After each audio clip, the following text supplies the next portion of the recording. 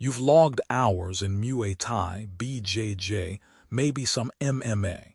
You can throw a round kick and shrimp out of side control, but if you cannot explain why those techniques work, you have gaps you don't see. Most martial arts training follows a pattern: accumulate techniques, learn a new submission, add a new strike, drill combination, spar.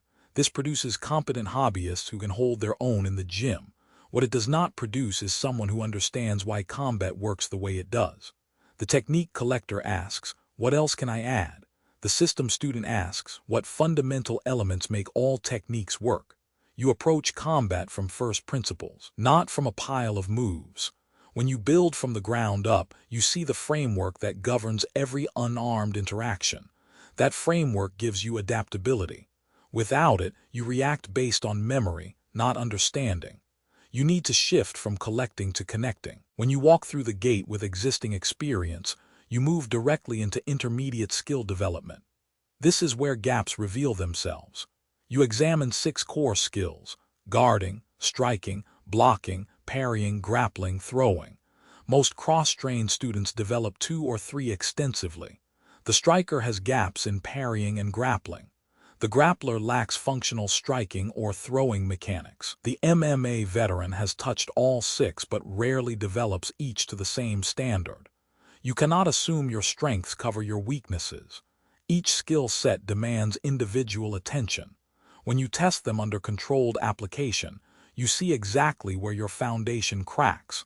That is where real work begins. You examine combative elements: timing, distance, techniques, tactics, strategies. Can you articulate when to enter?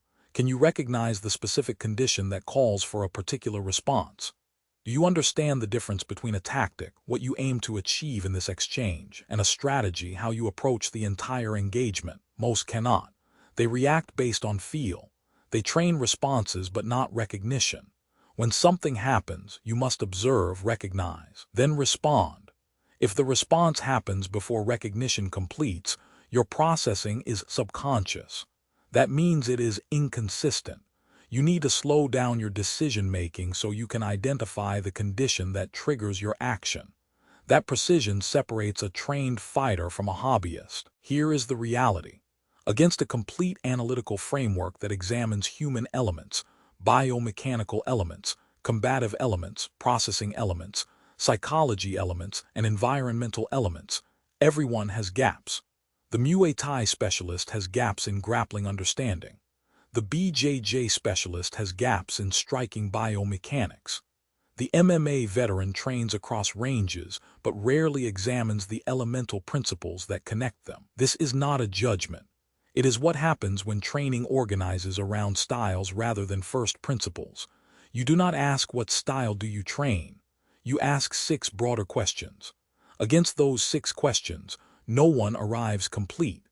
Accepting that allows you to build a foundation that covers every aspect of unarmed combat. Committing to this approach does not mean abandoning your previous training. You integrate it. Integration requires a framework. Suddenly, your Muay Thai clinch is not just the clinch. It becomes a specific arrangement of body mechanics, vectors, and timing ratios you can examine, refine, and understand at a deeper level. Your BJJ guard is not just playing guard. It becomes a series of positions governed by spatial relationships and processing requirements that determine when to transition and why. The techniques do not change. Your understanding changes. With that understanding comes adaptability. When you know the elements that make a technique work, you adjust when conditions change. You solve problems in real time, not by memory. This is not about telling you that you wasted your time. You did not. Every hour on the mat builds something valuable, but there is a difference between building a pile of techniques and constructing a complete framework. The pile serves you well against other piles. The framework serves you against the unexpected. If you have trained for years and suspect there is more to understand, not more techniques to collect but more fundamental principles to grasp, the door is open. You do not need to start over. You need to examine what you already know through a different lens. That lens gives you clarity, consistency, and the ability to handle anything that comes at you. Stop collecting techniques. Start building a system. Your foundation depends on understanding the elements, not just the moves. Train with purpose.